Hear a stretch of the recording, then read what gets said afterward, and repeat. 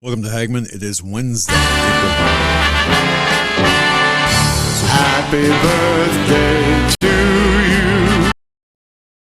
April. Exactly what is that? It's Wednesday, April 22nd, 2026. Eric the Birthday Tech, boy. little gremlins. Come on, man. Come on, man. Come on. You know, in the words of Joe Biden, come on, man. Or I can play him quite well. What's that one word that he just, like, it had 15 syllables in that word? Remember that? Oh my gosh, where he slaughtered the word. Well, he always slaughters the words. I do too, but not like that. And I wasn't president or running for president. Well, neither was he. But anyway, I digress. So look, we have a lot of stuff to get into. Eric the Tech, I'm going to hold you hostage, man. Ah, man, stop it. It was my beautiful bride's birthday yesterday. Yeah, okay, it was mine today, but those records are sealed, and I'm done with it. So I don't do this. Anyway, actually, and I have to share this with the audience. I am trying to stay relevant in the investigative industry. Sam Enders would appreciate this. He's with me tonight, but actually working a case, a very interesting case right now. Kind of. Am I working? Yeah, I'm working the case. I'm taking the lead on it. That doesn't mean I'm leading in the field, although I think it would be easier that way. You know, 3, 4 in the morning, 5 in the morning. Hey, after the show last night, it was a couple of hours of nap time, and then bam, 3 o'clock, and then from 3 o'clock to 3 o'clock this afternoon, it was nothing but balls to the wall, and then of course. Then it involves a missing older woman. She's younger than, well, she's young. She's old. Yeah. Sad situation right now. So, and it gives me insight too. I just wanted to hit this real quick, opine on this, because the flavor of the day with people. People love Sam Andrews. Let's have a conversation. I want to ask you a couple of things. Come on board. I want to ask you a couple of things about the crime. I know this is not your forte necessarily. This is not your interest, but share it with me, will you please? True crime. You see that as like an interest, kind of like a hobby interest of a lot of people in America today, and really in the West. Did you see that or no? Really? Yeah. Because I know that there are a lot of podcasters right now that, Eric the Tech, you didn't put them on. What's up with that? And I'm today. I'm casual. No tie today. Why? I don't know. Because I took it off about 5 this morning and I kept it off. What's the attraction of true crime? I'm just trying to get my bearings here. Is there a specific attraction to it, or is it just general puzzles and mysteries? Or is it, help me out here. Try to understand that because everyone loves a good mystery, I think, right? And if there's a murder involved, man, it's like, that's double the pleasure, double the fun. Doublemint twins. I suspect you have a percentage that are attracted to the drama of it all, and some are attracted certainly to the mystery of it all, trying as a puzzle-solving perspective. Okay. I think that a lot of people that don't necessarily have much of a life probably live vicariously through stories and true crime podcasts and TV shows and other things like that. I don't really watch a lot of TV. I don't do a lot of true crime stuff. I don't, I'm either, when I got spare time, I'm spearfishing in the ocean, or I'm riding a Ducati at 200 miles an hour, or I'm out in the mountains with a rifle, or climbing a cliff if the weather's nice, Pretty much the stuff that all men and women our age do, right? Yeah. Okay. Yeah, there's a few out there that do what I do that are over 40, but it dwindles. Some select themselves for extinction, and some just grow old and say that hurts too much. I don't want to do that anymore. Well, it's to me, okay, so it's kind of like me, you know, like going, folks, Sam Andrews has got this marvelous training center, Freedom Center USA. And folks, if you can imagine, okay, me like, climbing through a car, shooting a weapon through a windshield, or ducking and covering and rolling and firing and, screaming and like a little boy or like a little schoolgirl screaming. That would be me. But Sam Andrews is out there, speeding around tracks at 200 mile an hour and, climbing mountains and, I don't know, eating rocks or whatever he does. I don't know, but the guy's not human. So, okay. So anyway, here's what gets me. You're familiar with the Nancy Guthrie kidnapping, right? Or the alleged kidnapping or whatever the hell happened at that house, right? I saw it on the news a month ago. An older lady disappeared and there was a ransom note. Am I missing something? No, yeah. Well, it would just take too long to explain. The long and short of it is, 84-year-old woman living in Tucson, the Catalina foothills in Tucson suburbs. The mother of Savannah Guthrie was kidnapped. Okay, so and I'm watching this. I'll get to my point in a second, but so she was kidnapped again. The mother of Savannah Guthrie, the mother of two other children too, I might add.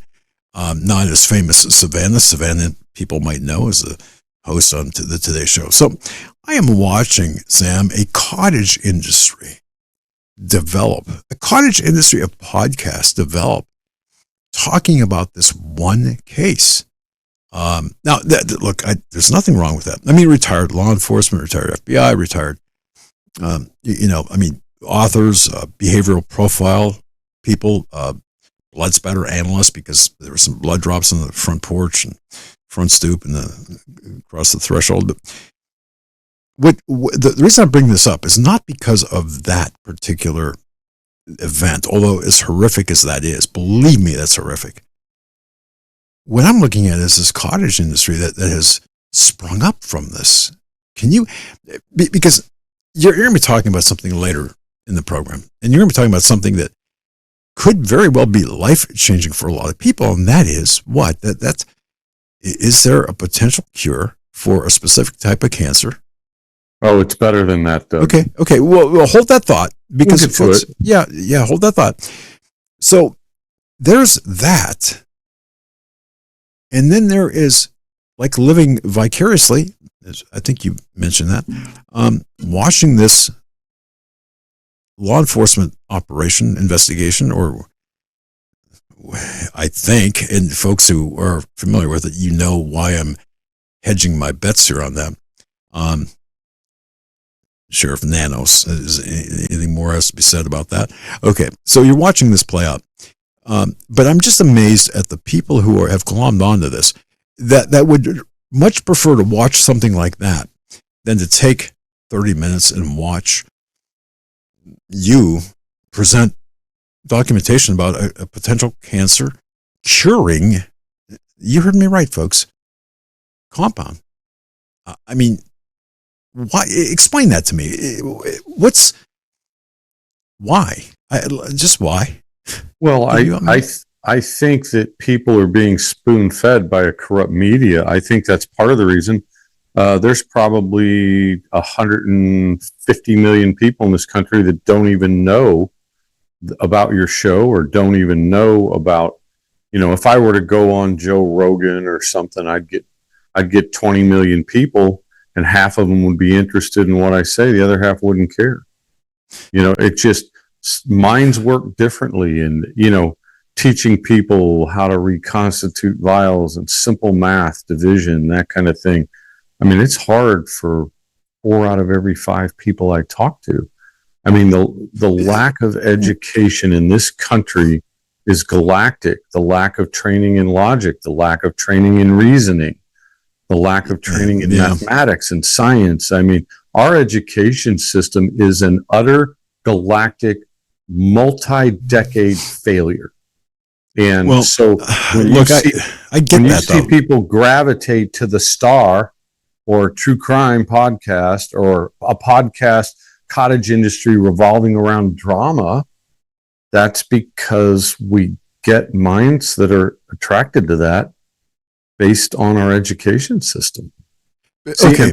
Now, there's nothing wrong with that, by the way. But, however, the deficit in education, I have to say this, that to me is troubling on many levels, but I have to admit as well, I am one of those people who had to second and third and guess my own math and then realize that when you make a difference between micrograms and milligrams, that's a hell of a difference. That's a 1,000-fold difference. One thousandth.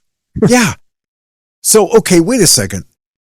Those mistakes, you don't want those mistakes in your math. Believe me, however, okay. So I understand that the complexity, not complexity, but I understand the trouble people have with that. And I will add this. Look, I'm a fan of crime dramas. I love Columbo. Columbo is my favorite detective. I like Columbo myself. My dad loved that show. He loved to watch that show. I'm going to tell you that. Okay, so to me, there's more truth in that Columbo character than anything else. And I do have something here, a point I want to get to. But the issue here, and again, I love working crime. I love working mysteries and puzzles and such. I'm not that good at math. We've established that. However, Sam said, look, there's a deficit, a learning deficit that we are experiencing, which is really problematic. That doesn't have to be there. That's there because of this generation, our generation, Sam. We screwed the pooch on education. Where we allowed the pooch to be screwed on education. Yes. It took a big turn for the worse in 1976. Yes. When Jimmy Carter defunded the Air Defense Fighter Network, defunded our Human Intelligence Network, and he started the teachers union and transferred all of that money over to education. What it really was a channel for stealing. It was a conduit to stealing the American taxpayers' money and weakening the defense of America. You know, a lot of people, I just wish a lot of people, there's my hope that a lot of people would look at that very thing that you're talking about, the establishment of the Department of Education. Who is behind that? Who populated that bureaucracy? And the fight to keep it alive. And who's pushing to keep it alive? And why? It's for the very reason. It's a vehicle for theft, for fraud. So if you like true crime, we got a buttload of true crime happening all across the U.S. It's called fraud. It's called, a graft and grift and whatever. I mean, so, okay. Just in Minnesota, 14 billion's been discovered already. I mean, can you imagine USAID over the last 30 years?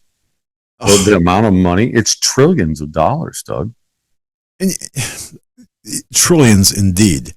And then you have, and I thought of you when I saw the headline, the SPLC grand jury indictment. Okay. You saw that, did you? I saw that and I thought of you and I thought, I was going to send you a message and I thought, no, I'm not going to do that because I know you're busy. But I thought, here is where I'm at with this, Sam. And here's where and folks, I hope you think of this the same way. How long are we going to talk about all this crap without not demanding, but without dragging these people by their short hairs to the jail cell and either demanding or to the courthouse, demanding a friggin' trial, or hey, we'll take care of it. I mean, because exposing all of this is, that's wonderful. Which also, by the way, results in things like the Nick Shirley bill, to criminalize. Essentially criminalize, and I'm obviously putting this painting this by a very broad brush, but to criminalize investigative journalism. Imagine that in California, Nick Shirley bill, criminalize journalism. But Sam, we're kind of repeating iterations of the same problem that we had when we watched the DOE, Department of Education, be birthed into existence under Jimmy Carter. We allow it to happen. Just like we're sitting back and we're, okay, there's trillions of fraud in Minnesota. Okay. What are we going to do about it? Nothing. We're going to write a strongly worded letter. We're going to demand our congressman do something about it. How's that working for us, right? It's a mutual masturbation kind of thing, mental masturbation. It's a feel good thing that, okay, well, hey, at least we told everyone about it. But if no one is held to account, what the hell, man? What are we doing? Go ahead, to you. I want to toss that to you. But I think haven't we had this conversation before? Oh, many times for years, Doug. Okay. It's just sad that Americans won't get together as a group and get in their senator and their congressman's face and say, we will recall you and we will have major problems if you don't fix this. See, but back in the day when the state legislatures when they appointed our U.S. senators, we could recall them if they didn't serve the people of our state quickly. But since everything's changed, everything's made it harder and harder and harder to recall a corrupt politician. Yeah. So, okay. So here's the point. Is it good? Is it good to continue to expose and to just talk about this? Or is it just a waste of our time? That's kind of what I want to know, Sam. Are we wasting our time by talking about this? And if we are, then what is the alternative to fix this? Do we take it in our own? But do we say, okay, you had your chance? And I said this to a cop one time, to a detective, on a personal matter. I said, you had your chance. You had your time. Now it's my turn. Boy, I'll tell you what. You say that to a cop. Let me tell you something. Depending on the context. That gets people moving. But okay, having said all of that, Mike, again, to you, my question is, do we continue exposing this without relentlessly continue exposing this? Or do we say, okay, we'll take care of it now? I mean, and if we do that, if we do the latter, how's that going to work out? I'm asking. Conversation. Well, I can tell you that Americans have a long-standing tradition about not doing a doggone thing until the hour is very late and it's almost too late to fix the problem. Right. I mean, look at what our president did with knowledge of Pearl Harbor.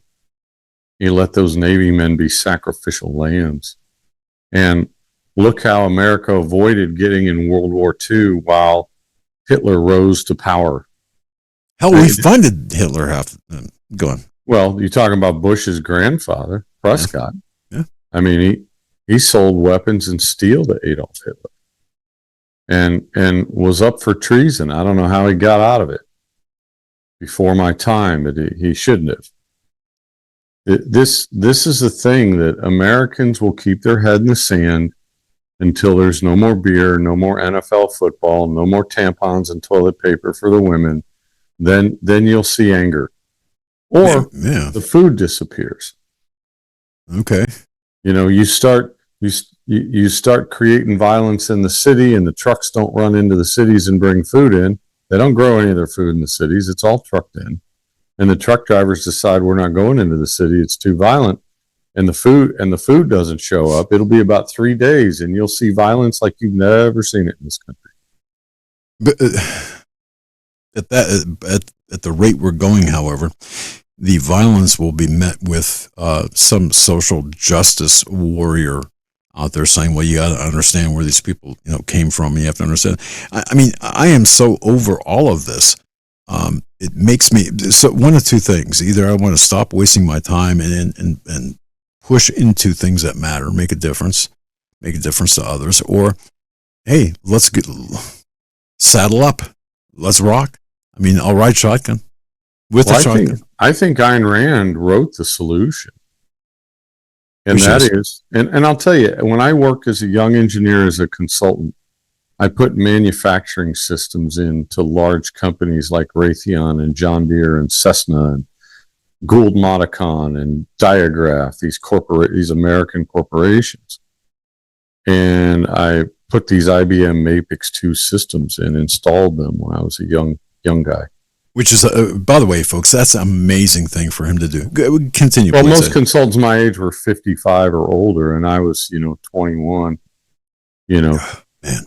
Just not even into grad school yet. But I grew up in a manufacturing plant, so I had kind of a really good foundational understanding of how things are made, and particularly in areas where there's a lot of machining, because my dad and grandfather had a printing press factory, and they had lots of engineers, lots of machinists, lots of big machines. And so I grew up in that environment, and I watched all of that happen. And I can tell you, as a young engineer, when I would go into a company like, say, John Deere, yeah. They didn't really know what they were doing.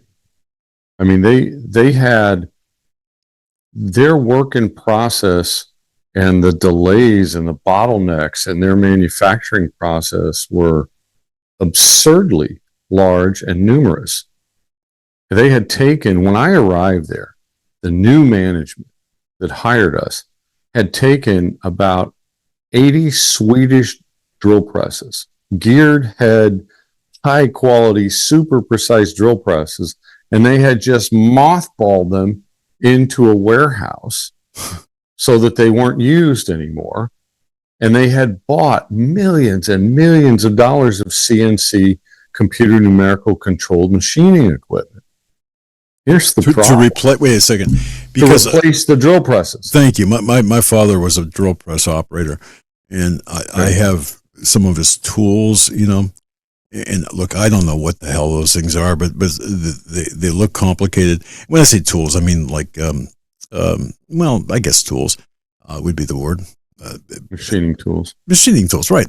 Yeah. So, and I never had that respect for him. I looked at him as a laborer, but those people made America great, man. Right, and when I began to ask and get answers about, okay, what did he do, and to understand the complex operations of a drill press operator, and I said that only because you mentioned the drill presses being mothballed. What have we done in that case? Well, let me tell you what the effect was. See, in the John Deere manufacturing environment, they had all of these different engines that they made. And they had all of these different engine cases and cylinders and cylinder heads. All of these things had very unique shapes to them. And they had all these dedicated fixtures for these drill presses. It was very quick to put it on drill press number 23, machine these 3 holes, get it off of there, and move it down the line. Well, the problem is when you buy these massive machines that are supposed to machine 4 times faster and don't require as many operators, it's going to save you hundreds of thousands of dollars in labor and blah, blah, blah. What they didn't factor in was the setup time, because you had to change the setup over and over and over again to get one part to move down the line. Where these dedicated Swedish drill presses, they could just go from drill press to drill press to drill press to keep everything moving. Yep. And they were drilling multiple holes at the same time. And so when you've got 80 Swedish drill presses with dedicated fixtures on very complicated parts, or you can make them on a CNC machine and change your setup 17 times, okay, the big machine doesn't always win. In the efficiency perspective, right? Okay, and they made a calculated error. And the head of John Deere, the manager of the factory floor, the top guy, the VP of manufacturing, he took me for a tour of this warehouse where they stored all this old equipment. And I'm like, what are all these drill presses doing here? He goes, oh, we just took them out and made room for our CNC machine. And I was like, uh-oh. Because I saw the dedicated fixtures they had still left on these drill presses. And I thought to myself, I better go look at setup on these big machines and see what they're doing. They were killing themselves with setup time. I can see that. Yeah. They spent all this money to cost themselves more money. And they couldn't figure out. They thought it was their manufacturing software that controlled their production process, when really it was their production process itself that was completely hosed. And so when I told him a week later, you're going to have to bring all these Swedish drill presses back to the floor because you're killing yourself with setup. And I showed him the data. The first thing out of his mouth was, oh my God, they're going to fire me. because he's the one that called for them to purchase the new machines and told them they had to get rid of these antiquated Swedish drill presses that were fantastic tools for what they were doing. Right. It was really a moment to remember as a young engineer. So at that moment in time, did you believe that, okay, we are stepping massively backwards, even though the perception is that we're advancing with, we're progress with computers but really what we're doing is just creating a lot of crap, unnecessarily. Kind of like the voting machines. You know what? That's a huge step backwards, Doug. I mean, it depends. If you're dealing with security, I'm just going to tell you, when I was working at the Pentagon after 9/11, we had to figure out how to secure the names of our tier 1 asset guys. And I'm not going to say where we did that, but we basically put those names on a computer that was not connected to the internet in any way. That was the only way to secure them, because our military backbone wasn't secure from hackers. The internet wasn't secure from hackers. It was an absolute disaster. And the really sad part was there wasn't a single Oracle database guy in the military that had the skill to do this right. We had to hire someone from the outside. And we wound up on a computer somewhere. I'm not gonna give any clues to that, but on a computer that was completely disconnected from the internet, with an order protocol that you had to have 2 officers of a certain rank sign off on a procedure that would allow a guy to walk a thumb drive to that server and pull any information off. Okay. But that was the only way to actually secure things. Okay. And that, to me, okay, as opposed to shall we say, the old ways, I suppose this is an okay comparison, right? The old ways would not require that, to me, unnecessary, first of all, unnecessary exposure, as well as the unnecessary steps to avoid exposure and hence compromise in a situation like that. Is that about right? I mean, because back in the day, Doug, 128-bit encryption was the state of the art. Now we have encryption keys that are much more robust and procedures that are better. But back then, there was no way to secure any data on a computer connected to the military backbone or the internet. There was no way to absolutely secure anything. And as you look back at the history of the hacks, FBI, CIA systems hacked into, FBI systems hacked into, I mean, it's a disaster. So technology advances faster than wisdom. And that's my explanation. That is a fantastic quote. Technology advances faster than wisdom. And I think it would be, folks in the chat, write that down. That to me is just a tremendous statement, and a very true statement. It's reality. It's reality, right? Seems obvious to me. Okay. Now, here's why I brought all of this up. It seems like a mishmash of things at the beginning of the show. Just get it out there and get it over with. But wait a second. Here's what I'd like people to know. Okay. So I'm working along with some others, working a case. Architects involved, and as well as some other people. But we're working a specific case.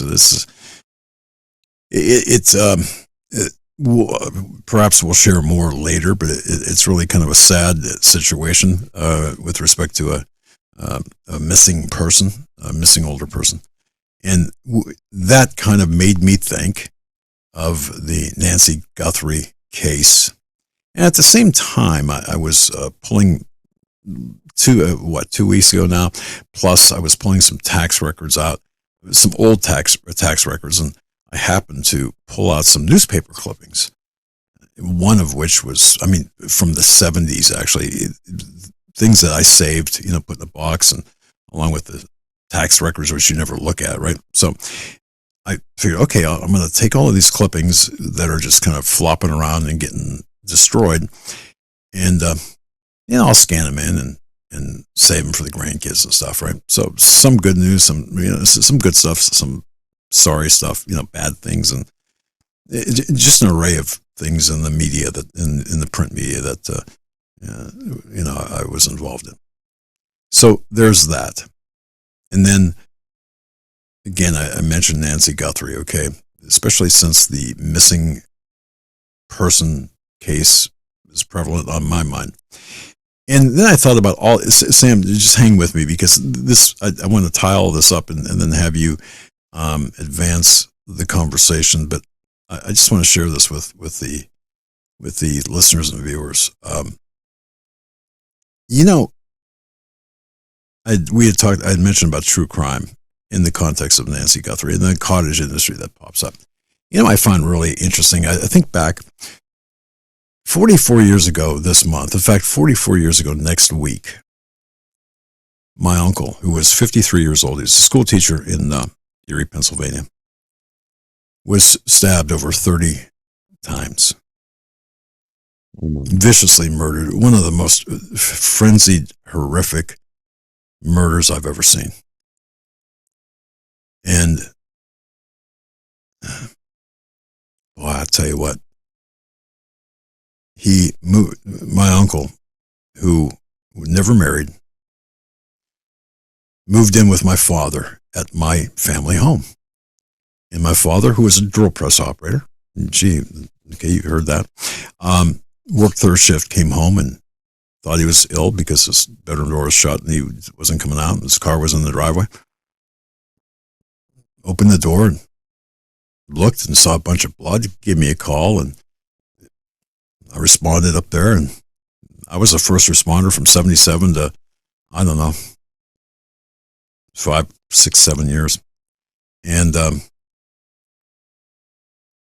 I looked at that, and here's my 53-year-old uncle who moved in with my father after my mom died because, well, share expenses, and why not, And here's this murder scene in my family home, in the home I grew up in. I'm looking at the bed. In fact, my uncle took my bedroom, and the bed his bed, it was a good-sized room, good-sized bed that he had, and it looked like a Jackson Pollock painting, in the hues of red. Mm-hmm. I mean, the savage butchery. There was blood on the floor, on the walls, on the white sheets, headboard, lampshades. It looked like somebody took a stuck pig and swung it by the tail in that room. I remember standing there and smelling death, and death has a smell. Mm-hmm. Smelling the pennies, the metallic, the iron in the blood. And to add insult, and by the way, I'm writing a piece on this, about this, because it does apply to everything that's going on today. The date, again, April 28th, 1982, 44 years ago. So I remember the police were called. There was a police response, obviously, and I remember walking into the bathroom and seeing this palm print in blood in the shower. And then I saw a couple of bloody fingerprints, and then, of course, my father and we were escorted from the house. And I remember thinking, wow, there's a lot of fingerprints, a lot. I mean, obviously, you can see the palm print, the fingerprints in blood, a lot of evidence. And the lead detective there said, there's a crap ton of forensic evidence. And anyway, he said, we need to take you guys down to the station. Okay, fine. I mean, obviously, they got to do what they got to do. So they interviewed me and my father separately, and And of course, alibis and where were you and what the hell are you doing here? Where were you and what happened? Just to get the lay of the land dynamics. I mean, you have to, that's their job. That's what they do. But remember, 1982, okay? Just keep that in the back of your mind. Because to what Sam said about the drill presses and the drill press operator and really the talent that is a drill press operator and the talent that is no longer today. I mean, it's gone. It doesn't exist. It hasn't. People today, they don't know about that. But back to the murder. The detective said, look, we have enough. I'm sure we're going to make an arrest in a half hour, anytime, a day. I mean, as soon as we can match the prints with the person, we're going to make this arrest. And of course, that was after the interviews. And folks, if you've ever been the witness or even a potential suspect of in a murder case, it's kind of or if you ever had a family member murdered, I'm going to tell you something. Okay, there's no bullshit. I mean, the cops talk to you, the detectives talk to you, and they want answers, and they deserve answers. But here's how it relates to everything today. Despite the extraordinary amount of physical evidence that there was at the scene, that murder went unsolved for 5 years. 5 years. So April 28th, 1982. Of course, my father and I, after being fingerprinted and interviewed at the wazoo, and I'm going to tell you what, the detectives did what they had to do. It's a very unique feeling when you're sitting there in that room as a witness slash suspect or suspect slash witness, and you're talking to the detective, and you're thinking, wow, in fact, you're learning more about your family in that small, 8x10. Now that's 8x6 room than you'd ever think you'd ever learn. And despite the unbelievable volume of evidence that existed at the scene, a day goes by, weeks go by, months go by, and turns into years. But in those first several weeks after the murder, with no arrest, I remember my father and I sitting in a restaurant having coffee. The table right next to us. It was a smaller restaurant, and tables and booths were like pretty close together. I remember hearing, this was the first conversation, but it wasn't the last. I remember hearing there's 4 people seated at this table. I remember this. In fact, I can picture them to this day. They're sitting there, and they said, the one guy says, because this was a topic of conversation for a while, because, hey, murders are. And I remember the one guy said, I think that guy's brother, I think the brother did it. And the woman said, his son too was there. I think his son could have done it. Maybe they both did it. And this went on and on and on. And my father and I sitting there listening to this. And I'm going to tell you, it has an impact when you hear people, total strangers, talking about you as a suspect in a homicide, the most brutal homicide ever, an overkill. You must have been horrified. It was so surreal, Sam. Horrified. I'm not sure if that's it was more like it was almost like an out of body experience. I mean, I don't want to I don't want to be hyperbolic about it, but I'm thinking, here I am, I'm getting pissed off because they're talking out their ass, number one. Number two, they're talking about my father, which, look, we didn't have the best relationship, but I'll tell you what, he's no killer. And what really got me, Sam, is the fact that they had no idea what the fuck they were talking about. And here's now that went on. That probably happened maybe 4 times over the next 5 years, but that was pretty compressed into that first several weeks, okay? In months.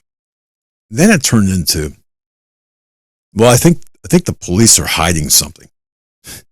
thinking, oh man, if you only knew. I don't think you're hiding anything.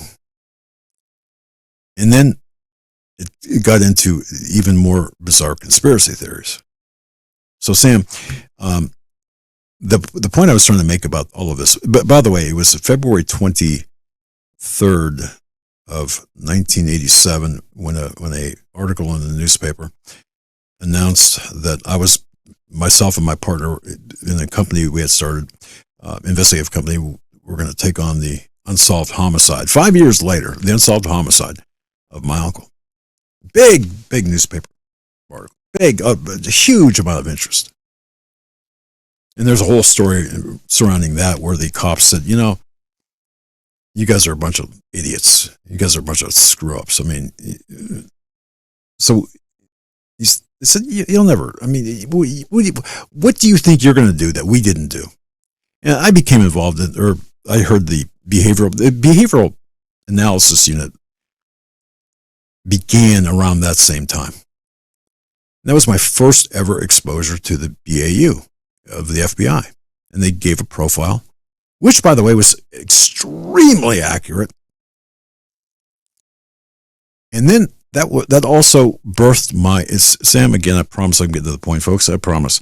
But this also started my interest in blood spatter analysis, which I finally became certified and recognized as a blood spatter analyst, and which I would add that math involved in that at the time of my certification, and even to this day, we had to learn the math, not from a computer, no. The most would be a calculator, but we had to learn the math behind the blood spatter. Okay, I mean, it was so important to understand the concepts of blood spatter. You can see this story has many folds to it and many parts that really impact to what's going on today. I think those people following this can. So let me just fast forward to August 25th of 1987. In the newspaper, big spread. Police make arrest in 1982 stabbing. That's right. So 6 months after we took on the investigation, which was about 5 years and 6 months from the murder, they made an arrest. You know what? We provided a name. And that person is now serving the rest of his miserable friggin' life behind bars. So, Sam, I sat there with my father back in 1982, hearing people so blatantly sure, so certain of themselves that they solved the friggin' crime. It was the brother, it was the nephew, it was this is what happened, this is what didn't happen, this is what the cops didn't do, this is the deficiencies, this is, hey, the conspiracy, the complicity of the police department. All of this. And you might think, okay, this guy's off his nut. You know, me, I'm off my nut. But wait a second, hold on a second. So look at the environment today. Look at the Nancy Guthrie case. Please, folks, I know you guys secretly watch that, as I do as well. And think about this. I'm sure that there are a lot of detectives there who are working that case that have never, ever worked a case before the advent of DNA, who had never worked a case before the advent of APHIS, the fingerprinting index system, who never worked a case that required you to get off your ass, knock on doors, and to conduct interviews, never worked a case where you need to sit across from the person or stand across from the person or look at the person and need to analyze body language, learn to read micro expressions to indicate deception. And I'll bet you the same amount that there are investigators and detectives working that case that never, ever, ever, ever, ever knew any kind of communication before the internet, or never had the ability to develop their own talents by expending a lot of effort, by knocking on the doors, by talking to people, by sweating and sometimes bleeding, by traveling miles and multiple miles and maybe multiple states. But yet, there's such a certainty, Sam, of these very investigators and the very people who watch the unfoldings on television and then create the cottage industry of crime broadcasts to talk about the Nancy Guthrie case, who I'm absolutely sure the byproduct sometimes of those of those shows will throw under the bus people who are completely innocent, had nothing to do with the murder. Think of what I just said about my father and I hearing how we were guilty of murder. And this, of course, it's still raw from the scene, still raw from being fingerprinted and interrogated, interviewed, but, it felt like an interrogation. Still raw from the funeral and the fallout, the family. And think about what that does to the family of the victim. Not to mention the victim, but think about the people today who are profiting. There's anything wrong with that, but they're using the family of a potentially ostensibly murder victim, or at least at the very least somebody who is missing under very, very curious circumstances, who never knew, never experienced what it is to conduct an investigation, or never experienced what it's like to be a family member of a victim, or what it's like to be even a witness to such a horrific event. Yet they're very quick to throw people under the bus when they have no friggin' clue what the hell they're talking about. Not in zero. But they don't give a shit. They'll scream like Nancy Grace would scream, because they're so damn sure. Now think about, I'm going to close with this and bring Sam back in. Now think about what Sam just said too, about technology replacing knowledge or wisdom and all of that, the craft. Think about where we are today. How much do we trade off? Kind of like trading security for convenience. Kind of like trading, well, you get the idea. I don't have to you get the idea.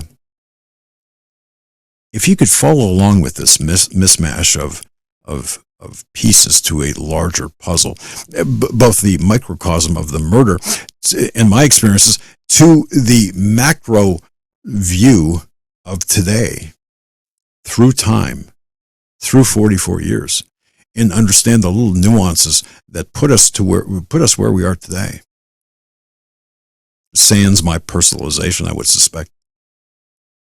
Then I think you understand why I brought it up. I think you understand why I'm concerned about where we're at. Because, look, there's nothing that replaces that firsthand experience. Until you've been there, until you've done the math, literally, on a blood spatter, until you've done the math or done the calculations of a drill press operator, I don't think, Sam, I don't know what to say, because the deficit in not just knowledge, but the deficit in experience is something that we can never recover, ever recover. Because you can't teach it. You have to experience it. Your thoughts on this? Well, it reminds me of a verse we talked about last week, how Scripture says, my people will be destroyed for their lack of knowledge. And that word means experiential knowledge. The original word in the Scripture means experiential knowledge. It doesn't mean book knowledge.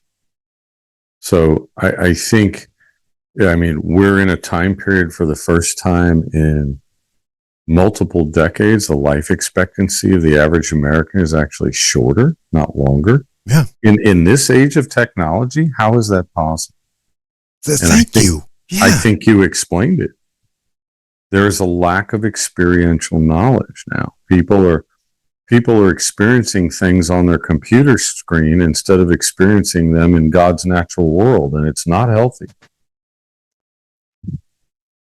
There can be no look. I don't to speak about what I conveyed in terms of my experience. I mean, as horrible as it taught me so much. I mean, that was the moment in time in my life where everything changed, where I said, okay, man, look, there are answers to be had. I need to search for answers, but then I realized too, I need to learn certain things. And most assuredly, I need to learn a lot before I open my mouth, which is kind of funny given what I do now, or given this position now. But Sam, you're exactly right. I mean, I don't want to have to strain, and I don't think I am to match the points. But I think right now, we have a situation where we need a deeper fix than anything that we need a deeper fix than most people think that we need, or a deeper fix that most people don't realize we need. And I don't Doug, know. let me ask you a question. Go ahead. Who in your family had the most knowledge and experience? What do you mean? When you were growing up? When you were a young boy, before you were a man, who had the most knowledge and experience in your family? Well, obviously my father. Or your grandfather. Or I never met either grandfather, but, okay. But yes. Yeah. Well, in my family, it was my grandfather. Okay. On both sides. They were incredibly experienced men that lived into their 80s. Okay. And then as you start to turn into a young adult, then your father becomes the most experienced one in the family when the grandfathers pass on. Okay. And so when you look at what's happened to the American family, the fact that 80% of the kids that grow up in these very populated cities between the ages of 3 and 15 grow up without a father figure. There's no one there to share the experiences and the wisdom and the knowledge. And it comes down to the degradation of the family structure almost nationwide in our large cities. And now we have a population of men with no experiential knowledge because they didn't have a dad taking a razor strap to their rear end when they screwed up. They didn't have a dad explaining to them how a magnetic particle clutch works. They didn't have a dad showing them how to take apart an electric motor and replace the windings. I mean, they just didn't have any of this stuff. They grew up with women, with mothers or grandmothers raising them. What percentage of American men that are now men in their 30s and 40s grew up without any experienced male in the home showing them how the world works? And so you're right when you say we've lost something, but it's not for just the reasons you stated. It's the fact that the family system that God designed has been destroyed. And that the family system, as God designed it, has always been under attack by the left. It's always been under attack by those people who are the devil worshiping, and I say that, you know what I'm talking about, the progressive, no God is necessary people that are in positions of so-called leadership in this country. But Sam, to your point, I would also stipulate, in my case, for example, I had that father figure there. I had that source of knowledge there. Growing up, I had him. But you know what? I didn't need him because I was the smartest guy in the room. I didn't need him because I didn't need to learn how to operate a drill press. I didn't need to learn how to do all this stuff because, I'm me. I don't need it. And I got to tell you, when that wall of reality hits you, that, hey, idiot, Doug, yeah, you did need to listen, but you didn't listen. It leaves a mark. It does. So You and I were different in that respect. Yeah, exactly. You sucked that in and absorbed that knowledge and built on that knowledge. Well, I think you did marvelous. But is there not that component of the smart ass, like me? I don't need that crap. Every guy hits 17 and thinks their dad's the dumbest guy in the world, and then they hit 26, have their own kids, and wonder how their dad was the smartest guy in the world, and you never really recognized how he did all the things he did. We all go through a little bit of that. But so do we have that systemic, and I'll ask you, do you think that the problem of the hubris among the young, in fact, extending into the older, well, even the older element of the current generation, do you think the hubris there, the self-defeating hubris is a factor, or do you think not so much? Do you think that the entire system, the entire unit, the family unit, it was demolished so badly? If it were just hubris, Doug, I don't think we'd have a problem like we do. It's not just hubris, because hubris is kind of designed into a young man to force him out of the family nest and force him to grow up and build his own life. Okay. That hubris is kind of designed in from how I see it. Okay. It's not the hubris, it's the mental illness, it's the lack of testosterone, it's the poisoning of our youth, it's the destruction of the leadership that you and I grew up with that no longer exists for a lot of young men. I think there's a lot of factors, the feminization of our society, the lack of good endocrine systems making testosterone the way God designed men to be, and the fact that so many men are now raised by women instead of men. I think there's a combination of factors there that have led to an utter tragedy. So what I hear you saying, and correct me if I'm wrong, obviously there is the physical element, which we're going to address here shortly, but there's also, in addition to the spiritual element, and perhaps of equal, if not even greater importance, is the spiritual element, the connection to God, and the installing of that morality that is so necessary for all of us to be good men and women, to be good parents, to be good children of parents, to be good people, and to be good leaders.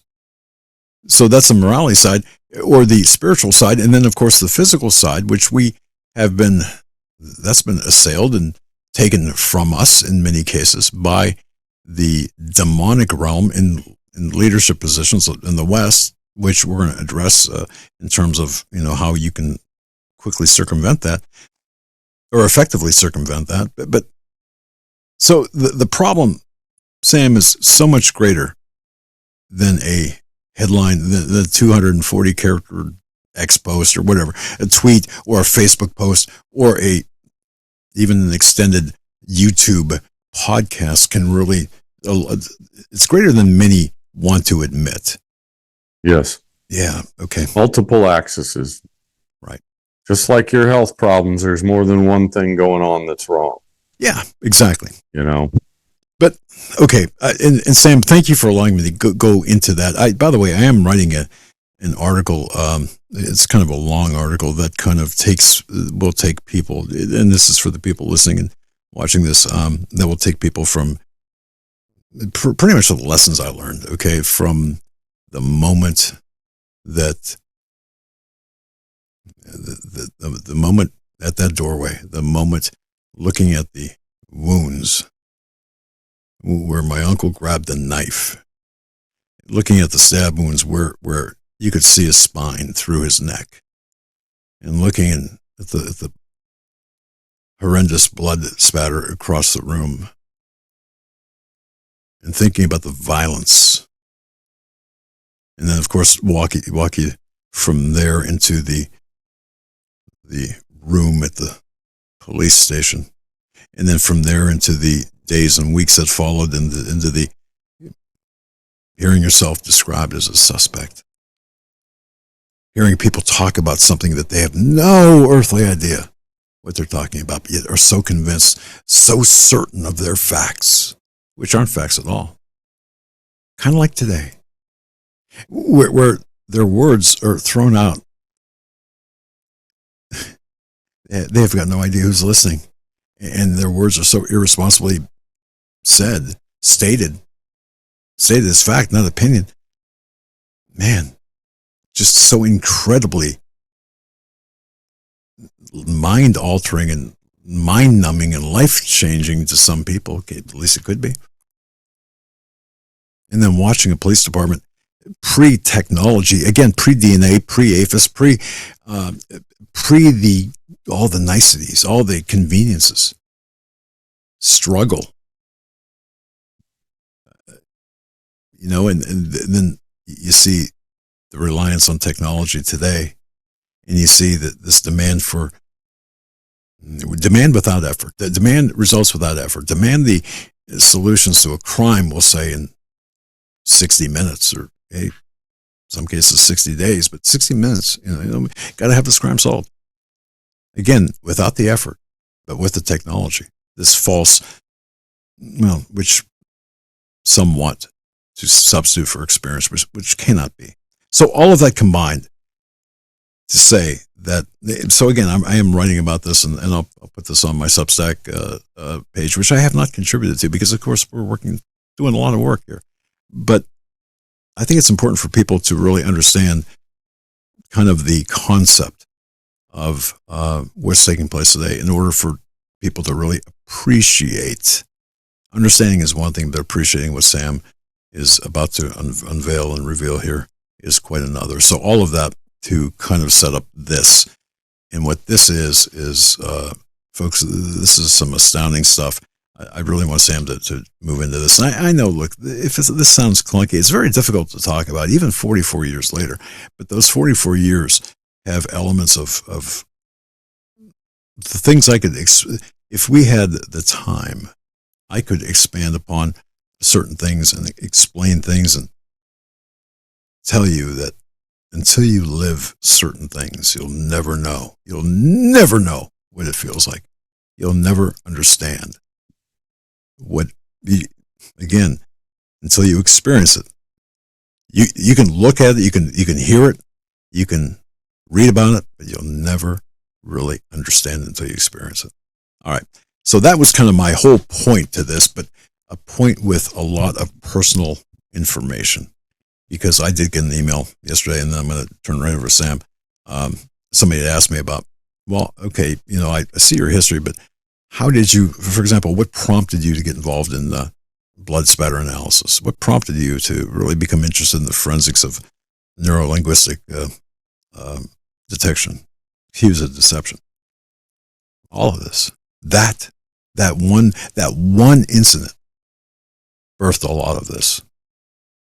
And then watching the people talk about this on podcasts and different things that popped up, different programs that popped up, or at least got their wind from this particular tragedy. And then the recklessness by others of throwing people under the bus that they have no idea what's going on. I mean, they've never lived through something like that. So all of that to kind of just drive home the point that, yes, what Sam said, that one sentence Sam said, it says it all. So thank you, Sam, for allowing me to moan on about that. But let's talk about what you found. I'm going to kind of turn this over to you, because I really want to hear what you have found with respect to, well, there are answers out there for things like cancer. There are answers for a lot of things. There's a lot of stuff coming now. I mean, we're learning at light speed now. And, anybody, I got to tell you, I always laugh when people send me texts. My team spends all this time analyzing their health issues, and we recommend a protocol for them. And then they text me and say, can I do just 2 of these things to start with? Or can I do these 3? Or can I do, as if you could take peptides and not eat healthy, or take peptides and not work out, or work out and not take peptides when your liver and your kidneys are about to fail. I mean, so, first off, if you hire my company to get a protocol, just follow the plan. If the good idea fairy shows up, shoot that bee right between the eyes. Okay? Let's just be honest. And people call me all the time. Well, my daughter, who's a nurse, said this about your protocol. Okay, lady, ask me if I care. What she knows about human biology would fit in a shot glass with an ounce of whiskey and room to spare. I couldn't care less what she said. I gave you the answers on a silver platter. Follow the plan or go find somebody else to give you advice. You know, it's just hilarious that people call you begging for help, and then when you hand them the answer, they ask you if you can do it completely different. Well, I don't even know what to say to people like that. I'm not sure I can help you. To me, that is, there's some cognitive bias. There's some cognitive dissonance. There's some hubris, as I mentioned before. There is some misplaced faith, I would say, in the teachings of the medical system, among other things. I mean, but isn't that indicative? Isn't that illustrative of many people today? I'm beginning to wonder if it's mental illness, Doug, because you call me and say you've had this problem for 30 years and you've been going to doctors for 30 years, doctors and nurses trained in medical schools in America. They haven't solved a single problem of yours. They made it all worse. And then I literally show you how to make your body better and heal. And you want to argue with me? Well, based on what somebody that doesn't know anything tells you, or something you heard on the internet. And I tell people, I don't argue with the internet, and I don't argue with the good idea fairy. I don't have time. And that's very smart of you, because again, now this is something a little different, but I just need 2 sentences to really drive this point home. Folks, you've all heard of those 11 scientists, right? The deaths / mysterious disappearances of the 11 scientists. You know what I'm talking about, folks? Yes. Okay. How about this? Let me tell you this. I spent some time that I didn't have 4 or 5 days ago, and I looked into each one. I did pull down some reports, some open source reports, and I'll just, here's my preliminary finding. Many are unrelated. There is no conspiracy. Look, as much as people want conspiracies to exist in that situation, many reports are incorrect. They contain incorrect information. Many reports have sensationalized what's really going on. So be careful of what you think you know, because you don't know. I will say this: there is no conspiracy behind the missing scientists or the dead scientists in those 11 anyway. 10, 11, whatever it is, 12. There is no conspiracy that I have found. Does one exist? Well, you show it to me, but I'll tell you what, you're going to be hard pressed to find any relative connections between those 11, 12 scientists. The reason I brought that up, people will speak without really doing the deep dive legwork into finding out what the answers are. Making a phone call to a police department to get some information about a disappearance or a death, or making that call to get a copy sent of a police response report sent to you. I'm telling you right now, the desire is not there, but you know what? The desire for clicks and headlines is. Just saying. So go ahead, Sam. I just wanted to throw that out there. Well, let's try and do some good in the world tonight. I want to talk a little bit about 3 different things that will help people fight cancer. I don't know a single person who doesn't have anyone in their family that hasn't gotten cancer. And there have been some new studies we're going to talk about tonight, and there's some new techniques that most people are just not aware of. And guess what? You should be aware of them. If you don't have cancer, you can probably help one of your friends or someone in your family who does have cancer with the information I'm going to share with you. Okay. I sent Eric a bunch of slides. I'd like him to pop up slide 1 for us as soon as he gets the chance, because I want to go over 3 different things that you probably don't know that could be life-changing for someone that has cancer. And there's 3 different technologies out there now, and I want to make people aware of this stuff. Look at this cream, Aldera 5% cream.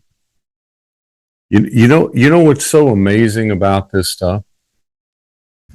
5%. Okay, Aldera 5% cream for the active ingredient is imiquimod. Okay, and it just so happens that when you take this cream and you put it on a precancerous cell on your skin or a melanoma on your skin, that it will kill the cancer. It will destroy it. But you know what? The good news is even better than that. Okay. Because we have a technique with a imiquimod cream or Aldera 5% cream where you can rub this on skin cancer. 10 minutes later, come in with a couple of drops of DMSO, and I'll have Eric pop that up as soon as he gets a chance. I believe that's slide 2. And 10 minutes later, you bring in the DMSO, and not only do you defeat that particular melanoma, but you train your T cells with a peptide called thymosin alpha 1 and the DMSO. You train your T cells to recognize the problem children causing the melanoma, and it basically insulates you. It's like a vaccination from ever getting that type of melanoma ever again. Okay, but go back to the cream if you don't mind. Okay, is that something off the counter? Is that something It's a prescription, Aldera cream, but it's incredible that you go to get a melanoma dealt with, and they're either going to shave it off of you with a really sharp razor, they're going to freeze it off of you with nitrogen. Been there, done that, and don't want either. And guess what? It comes back somewhere else, even if it doesn't come back in that spot. But this technique is so superior to freezing or shaving that you not only defeat the melanoma that you currently have, but you train your immune system to destroy that melanoma on site anywhere in the body. Now, how cool is that? So was this, did they find this by accident? Was this like an accidental discovery? Or was this a planned research experiment? There are men out there that are PhD doctors in biology and microbiology and immunology. These guys are developing tools, and this stuff's available right now. So I would highly recommend, if you've had 1 or 2 melanomas on your body, that you stop having them frozen off for a ridiculous amount of money. Get some Aldera cream, get some DMSO liquid, and get some thymosin alpha 1 from a reputable peptide dealer, and teach your body to fight this stuff before it becomes a problem. Okay. We're talking about literally vaccinating yourself from getting melanomas and precancerous cells on your skin. This should be so exciting. I don't know a single person over the age of 55 that hasn't had at least one precancerous area or one melanoma on their skin somewhere. Yeah, and this is a big deal. This is going to help millions of people. Spread the word, folks. It works. So if you have if there's somebody listening out there that was just diagnosed as having melanoma, what do they do? I mean, you tell your doctor, I want you to prescribe me some Aldera 5% cream, and I want to try that before you go cutting, freezing, or shaving on me. Just want to try it for 5-6 weeks. Okay. What should one expect? You rub that cream onto the melanoma, right? Yes. Okay. And then 10 minutes later, you follow it up and rub some DMSO. What the DMSO is it allows the Aldera cream, the imiquimod, to penetrate deeper into your dermis so that you take care of the whole problem. So for people who don't understand what DMSO cream or DMSO is, what is it? It's a compound that people have used for decades to heal the human body, and it smells a little bit like garlic on your skin, and it has a very distinct smell, but it penetrates really well and it enhances absorption of compounds that normally wouldn't penetrate deep into the skin. So where does one get DMSO? Well, if he pops that up, you'll see right there the DMSO that I have that I took a picture of you for is you see the Aldera cream that I bought, and right. I also have the DMSO liquid I bought from Elite Biogenics. All right. So it's used, DMSO would be familiar to people that have animals, horses and such, is used for veterinary purposes. Am I right? Or is it? Well, for years, vets have used it for inflammation on joints of racehorses. I mean, that's where I first learned about DMSO. Okay. Right. But the combination of the Aldera cream, the DMSO, and thymosin alpha-1, and you can literally train your immune system to not only defeat cancer, but learn to recognize it immediately if another cell gets cancerous. And just to be clear, so there are 3 elements. You're diagnosed with a melanoma. Try this. Aldera 5% cream, DMSO, both topically, and then subcutaneous injections of TA1, the thymosin alpha-1. Thymosin alpha-1, absolutely. Right. It's a revolutionary way to deal with skin cancers, because if you've had, and my wife has had repeated melanomas on her body, or precancerous cells as well, and it works. Okay. It absolutely works.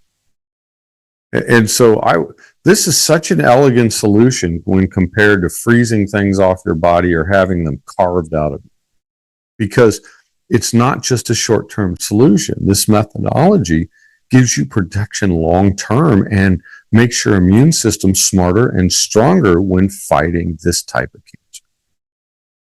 It's brilliant. Okay.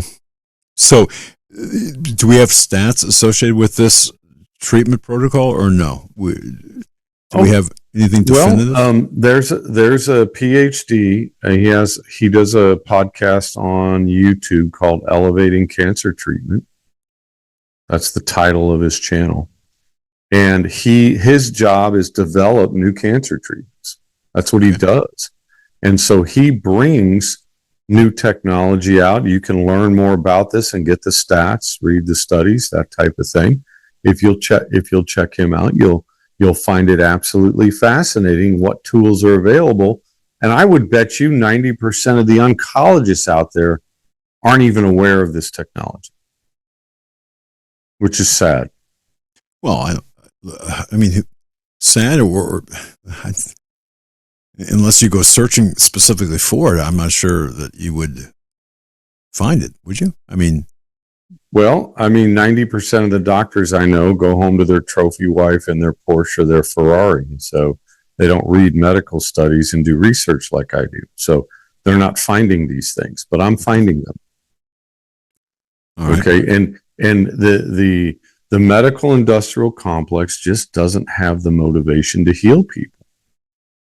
Well, financial motivation or intellectual. Why would a dermatology clinic give you Aldera cream because they heal you and you train your immune system not to get any more precancerous cells on your skin, and all of a sudden you're not a customer anymore? They healed you. How do they make money like that? No, they make money by getting you on the comeback. Right. Chris Rock said that 40 years ago. He was right. Return customers, man. Yeah. And so you've got to look at the motivation of these people that are supposedly experts in healthcare. Because if I were an oncologist, or I was running a skincare clinic, or a dermatologist, they'll freeze stuff off of you if they see precancerous cells or melanomas, or they'll cut it out of you. I would be wanting to do this with every patient I had. But it's not good for business, so you don't see it proliferate quickly. Now, there are honest doctors out there that want to heal their patients. But I think that's the 5%. I don't think that's the 95%. That's the problem in this country. How many orthopedists have recommended that one of their clients in America, American orthopedists, have recommended that one of their clients that's bone on bone in their knee go to Germany and get a chondrogel procedure? I've never heard of one, Doug. Well, look, a lot of that is on the patient as well. We've been trained. We've been trained to trust the medical professionals in their lives. We've been trained to trust the authority figures, trust the scientists, trust the police, trust this. Look, we've brainwashed or hypnotized? Well, you know what? Indoctrinated into a bad way of thinking. Again, you lack the experience, Sam. You lack that experience you lack that life experience. You're going to be more apt to, you're going to be primed for that brainwashing, if you will, or that line of method of thinking. So, yes, it's on the doctors, but it's also on us too. I think a little bit, at least, to get our shit together and to start paying attention. That's what kind of the way I look at it. For me personally, anybody who wants to quote someone who's officially part of the medical industrial complex after the COVID era, post-COVID, you're probably too dumb for me to help. I'm just going to be honest. If you still trust those clowns, you've got a problem I can't fix. But here we are. Look how many people are line up for the jab yet. Still, look how many people still believe in the masks. Look how many, aside from Antifa, mental illness. Okay, exactly. So I went in to get my 2-month blood workup yesterday. Yeah, and there were professionals running around with masks in a public lobby. Yeah, go figure. Because they think that something with a hole this big is going to stop a virus that's this big. That's how stupid they are. But see, I'm tired of the ignorance. I grow weary of it, Doug. But again, that my point exactly from the first second of this show tonight. We have to either kick those people to the curb. In other words, look, just get away from me. You can't save everybody, Doug. I've learned that. Right. Nor can you allow those people to call the shots on your life or in your life.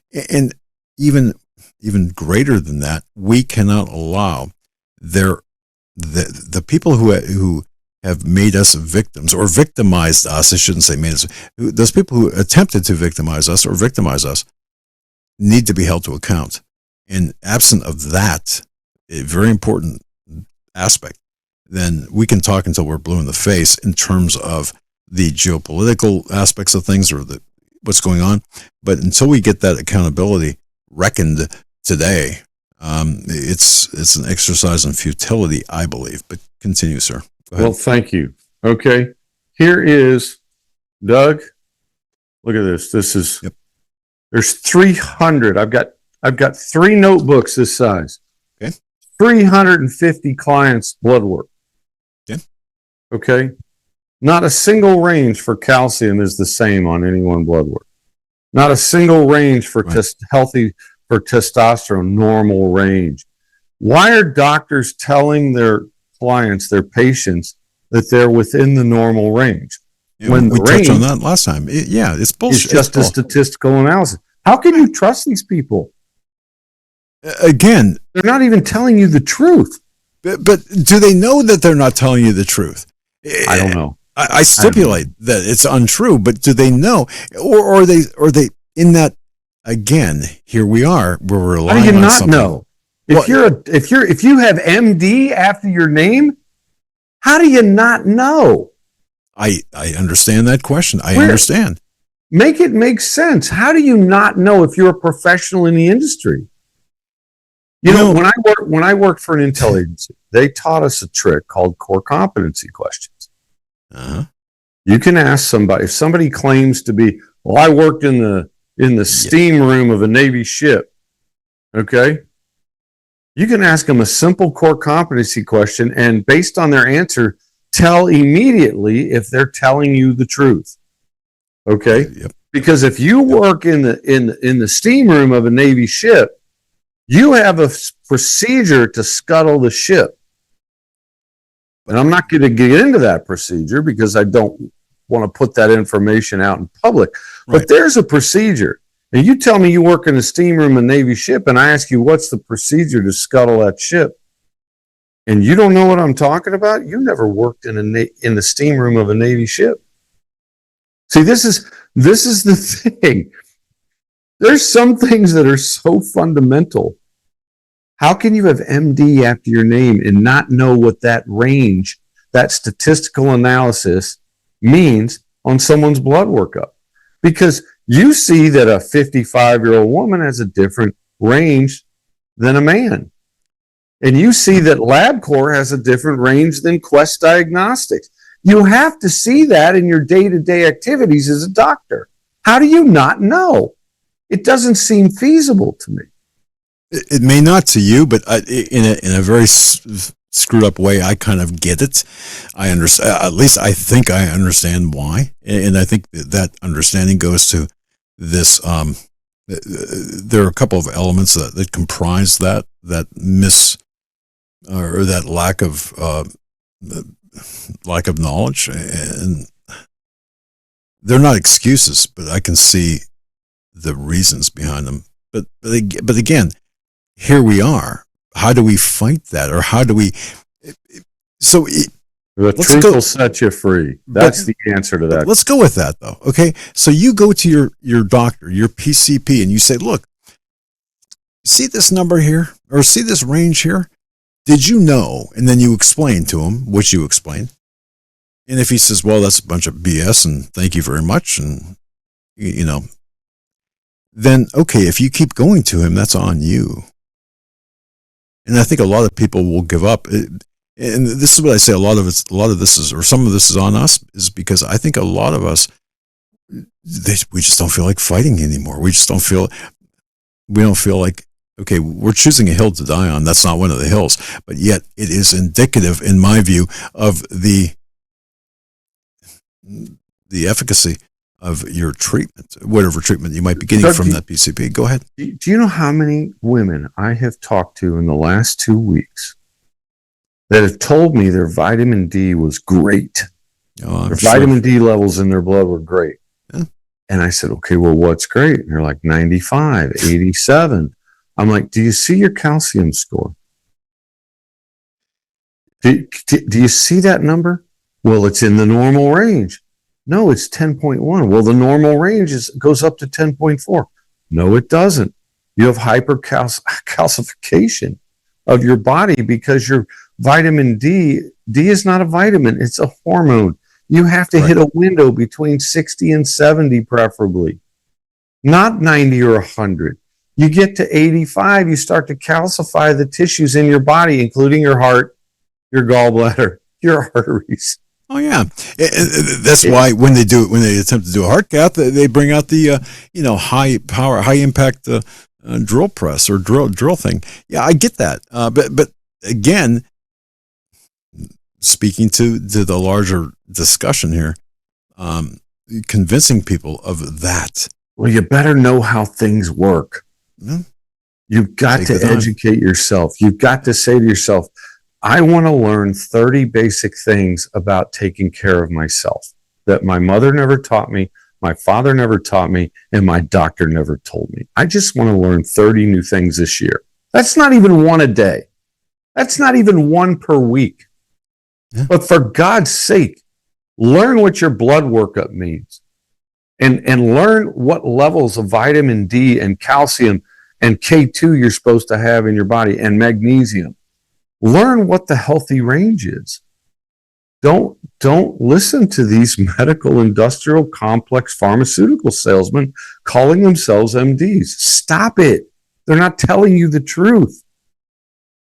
That's the problem. And, I have said this for 20 years, Doug. You better be careful who you choose as your expert. And you know who taught me that? Mark Karachi, Command Master Chief, SEAL Team 6, Dev Group. Okay, and I was talking to him. We were out at the Oak Ridge Range, shooting at 1,000 yards, testing some powdered tungsten bullets for the Secret Service.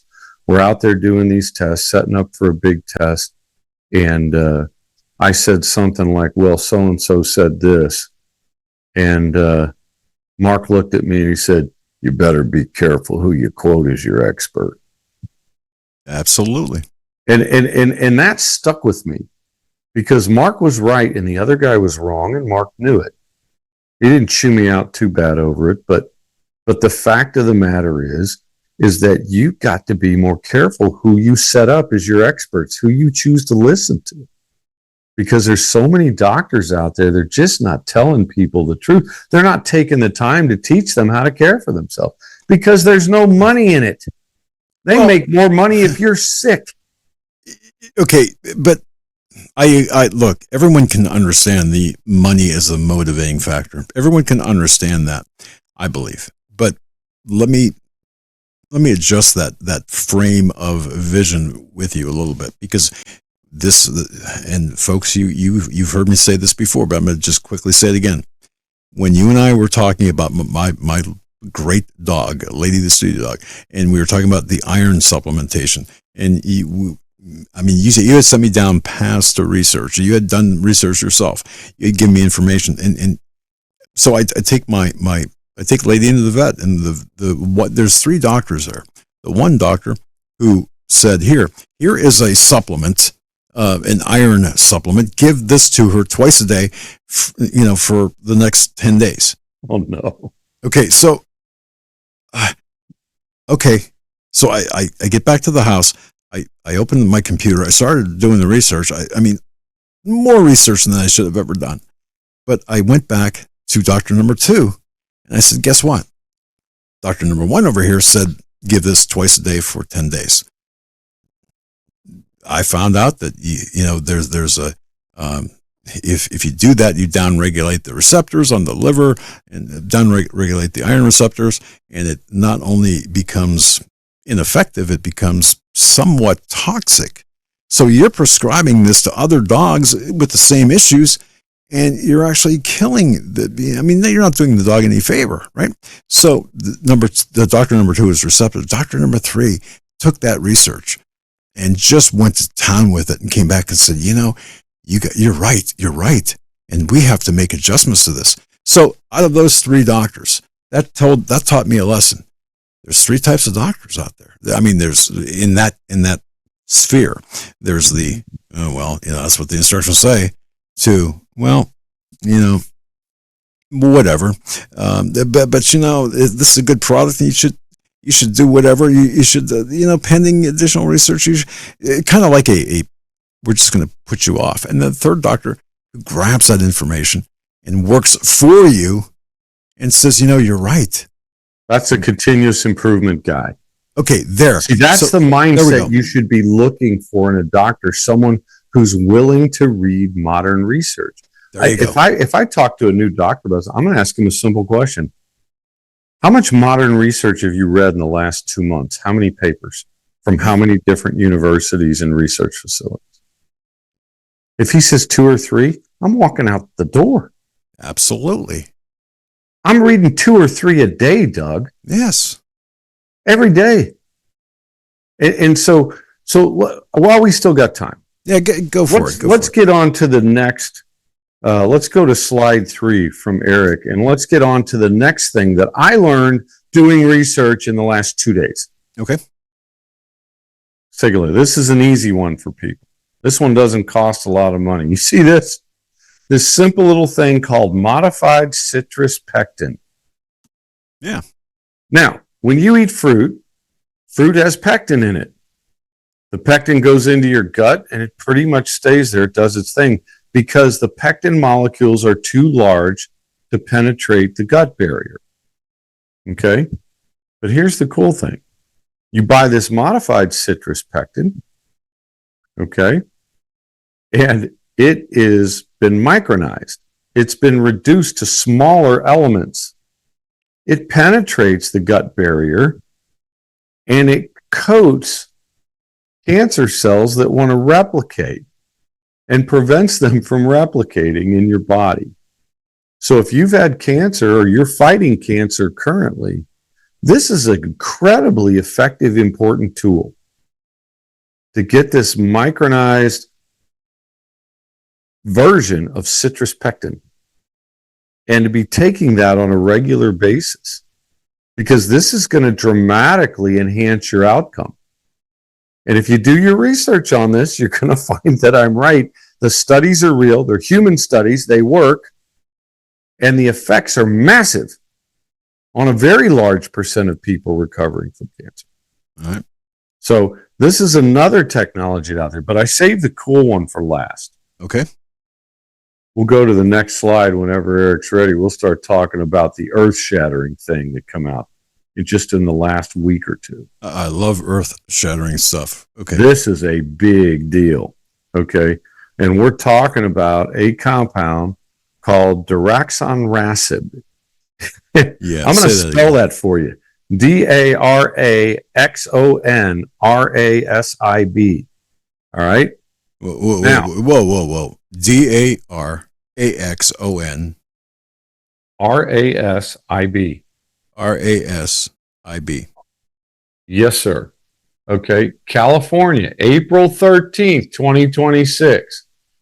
Revolution Medicine's late-stage clinical oncology company developing targeted therapies for patients with RAS-addicted cancers today announced positive top-line results from its global randomized controlled phase 3 RAS-SOLU32 clinical trial evaluating daraxonrasib in patients with metastatic pancreatic cancers.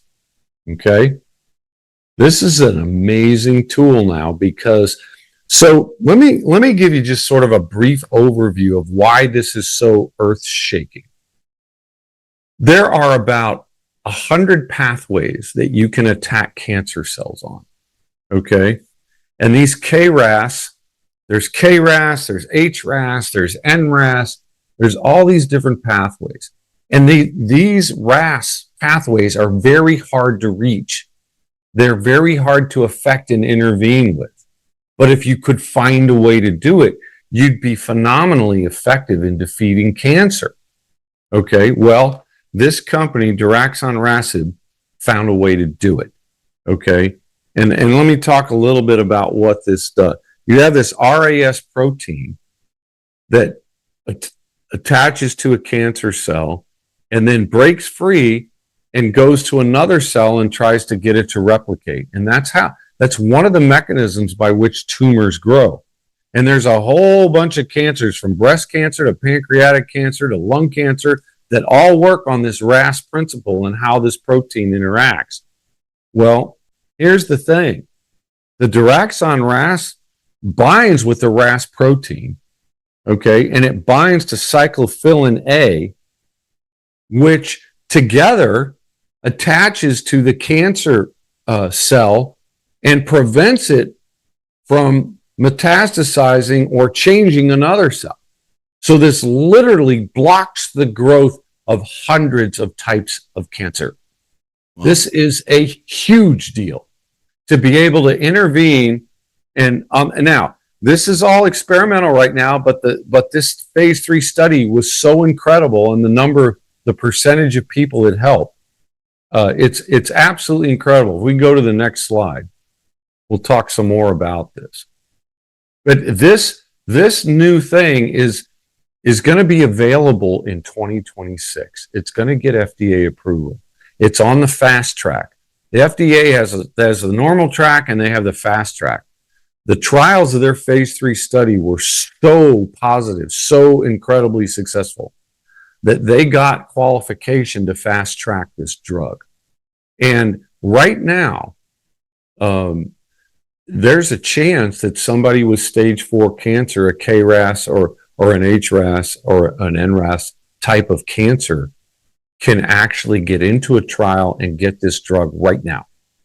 If you have gone through a cancer treatment like chemo and it's failed for you, you will qualify for one of these studies that they're currently recruiting participants for. You can get this drug and get your insurance to pay for it. I mean, this is life-saving stuff we're talking about right here. Okay.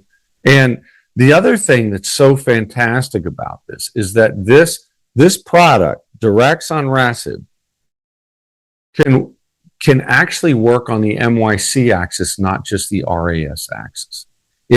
So if Eric can throw up some more slides, we'll talk about a little bit about the detail. Okay, there's the molecule. That's what we're talking about right there. Okay, that's this daraxonrasib thing that actually binds with your cyclophilin A in your body and then attaches to a cancer cell and prevents it from growing or replicating itself. Let's go on to the next slide here. This stuff, I'm telling you, this is going to change the world of cancer treatment. So it's my understanding that this is owned by Revolution Medicines, and the phase 3 clinical trials are winding down. Go ahead. All right. So this is a game changer. This completely changes the game of how we deal. See, here's the thing. Normally, you've got to get tested because every cancer has a different sort of RAS mutation. There's over 80 different RAS mutations. So normally they develop a specific drug, which is very time consuming and very expensive, talking hundreds of $1,000s, to deal with your specific RAS mutation. The thing about daraxonrasib is it's effective on all the mutations. It's effective. It's incredibly effective because of its mechanism. The targeted cancer drugs that are custom made for a particular RAS issue are like a key. Okay, and let's go to the next slide here, and you'll start to understand why daraxonrasib is so earth-changing in how we treat cancers. Because this is literally a capsule that you take. Daraxonrasib works like a molecular glue. Okay, so what it does is it glues itself, okay, to the cyclophilin and the cancer cell, and it doesn't come off. Therefore, the cancer cell cannot attach to anything else and replicate. This is what makes it generic. It literally handles all these different types of RAS mutations because the mechanism it works on is different. It's not targeted to a specific RAS mutation. This works on a huge range of RAS mutations. And let's go to the next slide. But this, I'm telling you, Doug, this is a big deal. Now, I've also included a slide for Eric to throw up on the screen that if you know someone who has a RAS type cancer, you can go to cancer.gov. There's the link right there at the top in the black. Okay, so freeze that and copy it or go to cancer.gov. And if you scroll down that page, you're going to see study after study on daraxonrasib that is actively recruiting participants.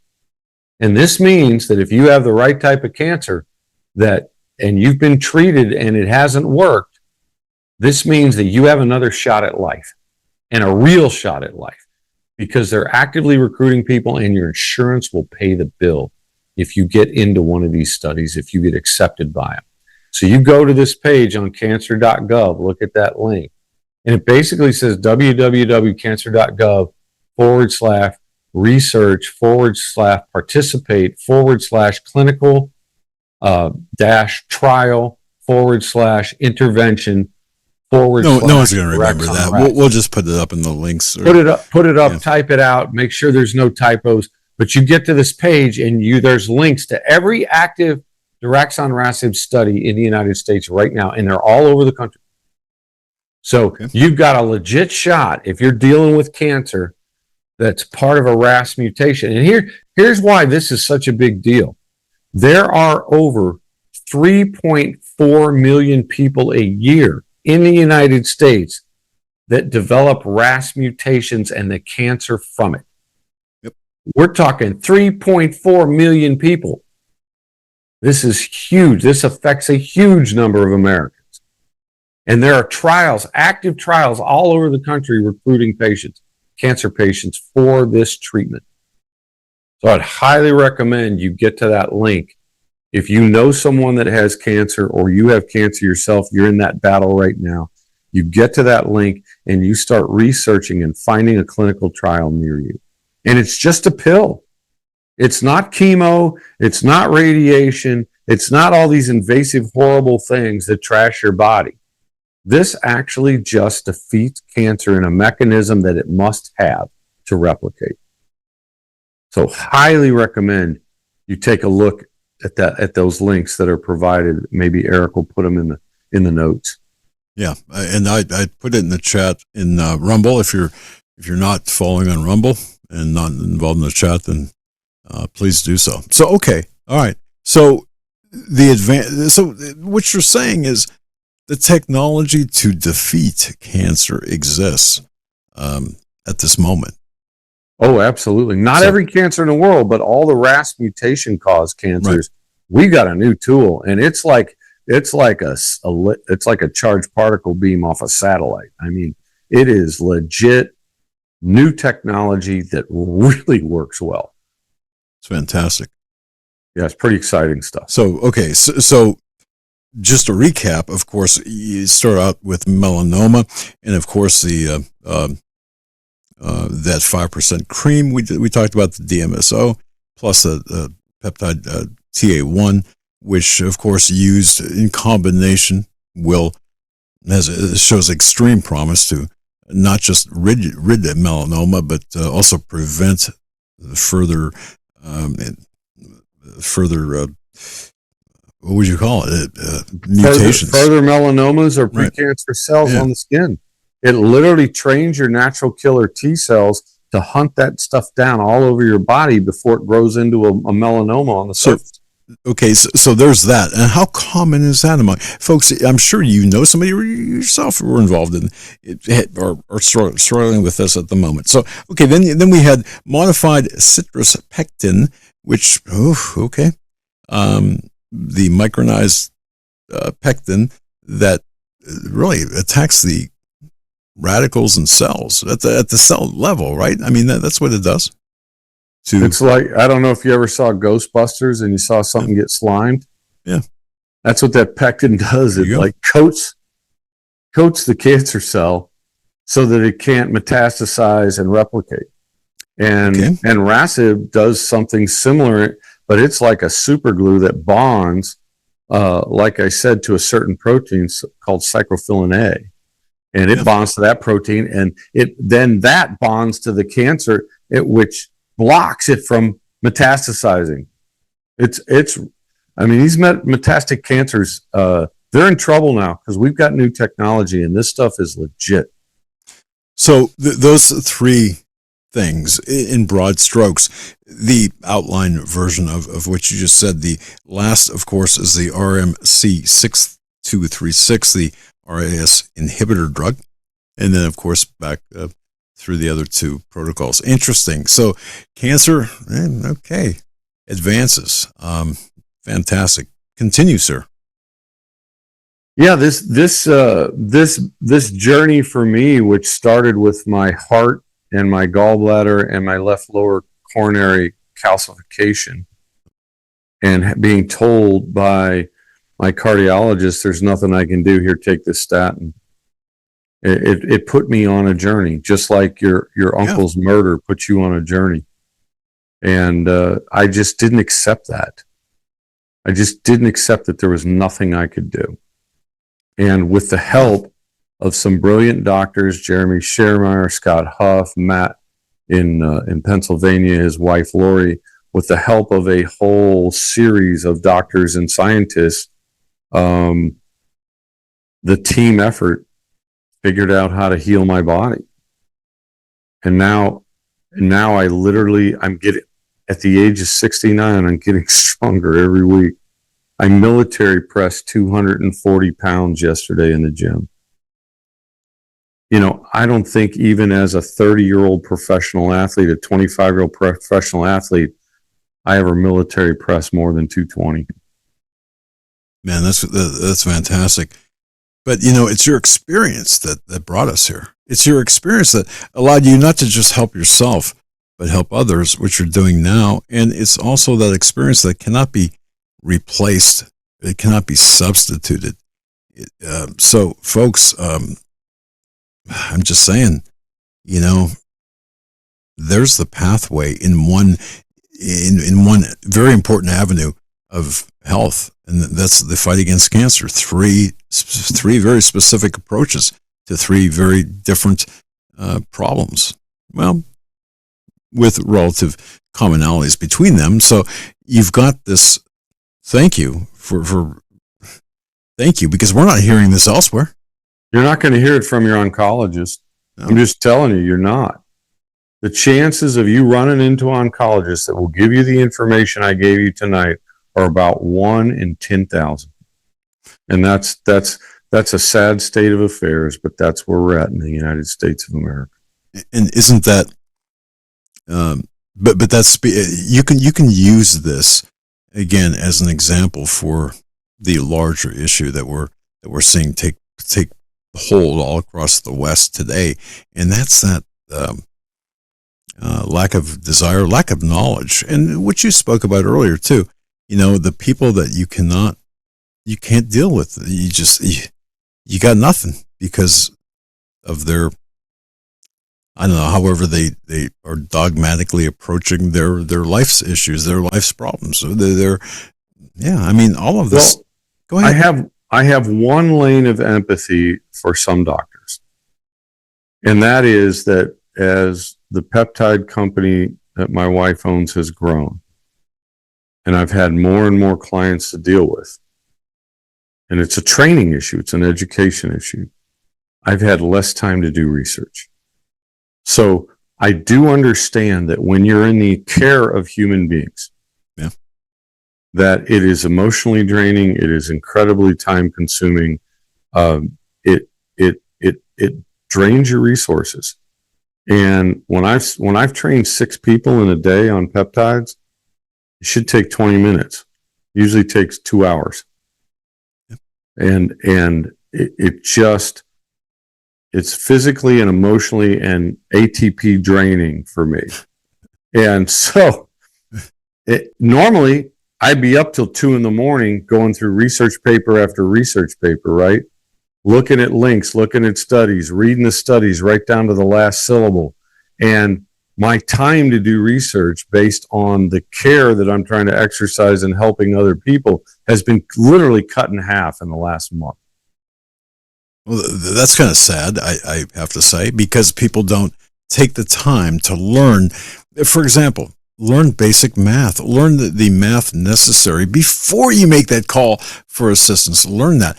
Well, if I could be more specific even.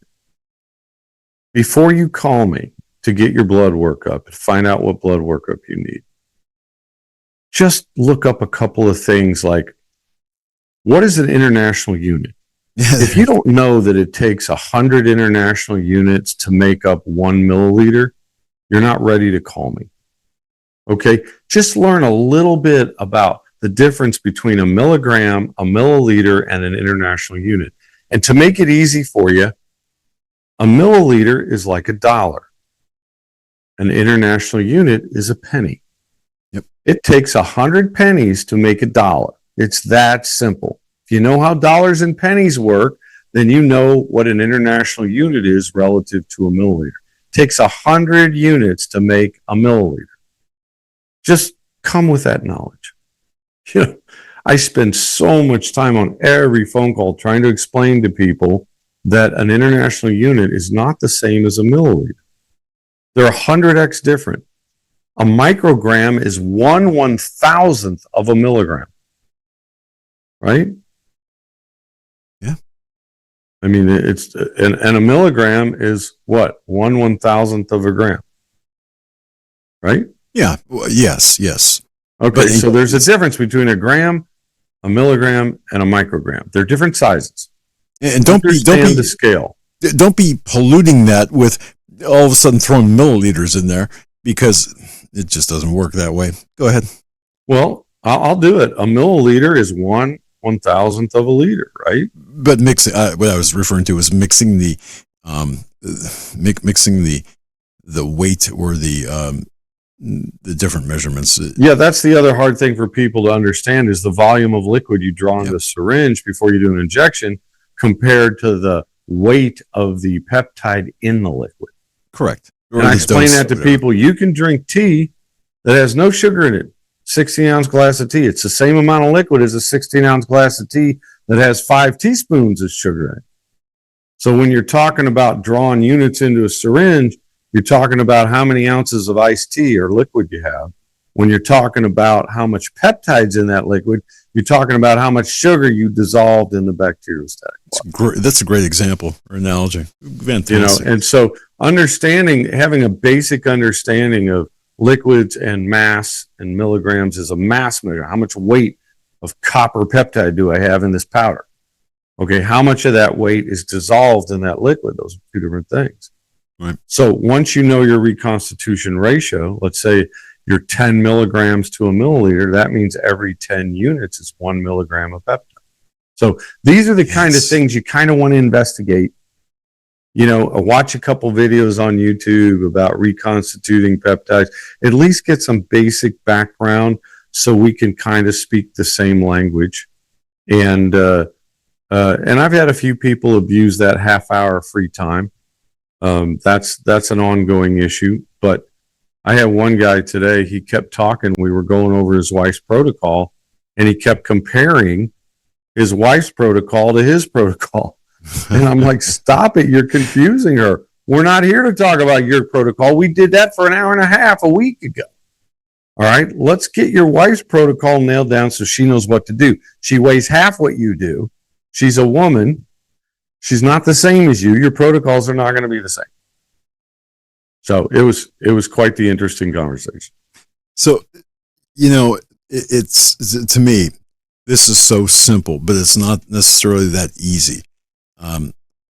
We started out, or at least I started out by saying there's no substitute for experience, but I suppose I could say, or we could say this: if you apply yourself, given whatever is your motivating factor, whether it's your health, your wife's health, your dog's health, whatever it might be, that will in fact assist you in your research, your own research, and getting answers that you seek before you expend someone else's time like Sam's, and that'll give you better footing. Again, I think back to blood spatter analysis. Okay, I had to do the actual math to calculate the angles using string. I didn't have a computer back then. No.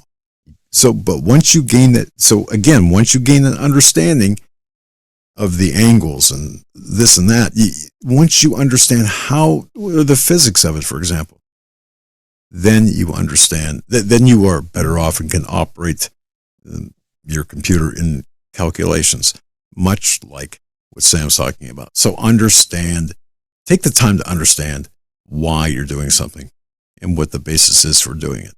And I think that's great advice. And I think that the fastest I've ever seen someone learn this stuff's about 20 minutes. And the slowest I've seen someone learn this stuff's about 2 weeks. Doesn't matter. It's worth doing. Your health is everything. And getting your body healthy and getting you at the right weight and getting rid of the visceral fat and getting your blood sugar under control, these are major health wins. And fixing the way your body's calcifying itself. That is a big deal for almost every American I've talked to. Is stop the calcification of your heart. You're turning your heart to stone. You're turning your arteries to stone, your gallbladder, your liver. Stop it. And you're dumping fat in your liver and your pancreas. You're causing yourself big problems. It doesn't take that long. No. Maybe a week or 2 or 3 weeks with a little bit of guidance, you can learn all of this stuff. And it's worth it. It's worth the time. It's worth the effort. I can't think of anything that's more important than what you just said. Because look, we are dealing right now with life-threatening, but life-threatening issues. But you have the ability, every one of you listening to this and watching this, you've got the ability to fix, or at least get on the road to fix those issues. Sam Andrews has given you really kind of the keys to the vehicle that will take you to that point. But you know what? You got to know the basics, or at least want to know, have that desire to understand the basics. And, whatever motivates you, find that reason, find that thing that motivates you. because otherwise, well, you're going to have to experience it. And perhaps experiencing it personally might not be the best. Well, you might not want to experience cancer. Just saying. So there it is. I mean, it's fantastic. Next week, Doug, I'd really like to show people how your sleep cycle being off exposes you to cancer. Most people don't understand the relationship between cortisol, blood sugar, and how your delta sleep cycle kills cancer cells. Your immune system works in your delta sleep cycle, and you have these people don't understand. You have like 3.8 million cell replications in your body every minute. The rate is astounding. Now, when you're copying things 3,800,000 times in a minute, every minute, there's going to be errors made in the DNA in the copy. I don't know if you've ever run a copy machine. You're going to see once in a while you get a bad copy of something. It just doesn't feed right or it doesn't work out right. Same thing with your DNA. And when that copy has errors in it, those are the cells, and it generally happens in the mitochondria that has the error. 99% of the time, it's errors in the mitochondria replication. That's what cancer cells, that's where a cancer cell starts. And what people don't understand is if you don't sleep the right way, if you eat late at night, you change your blood sugar cortisol ratio and you destroy your body's ability to kill those bad copies and dispose of them properly.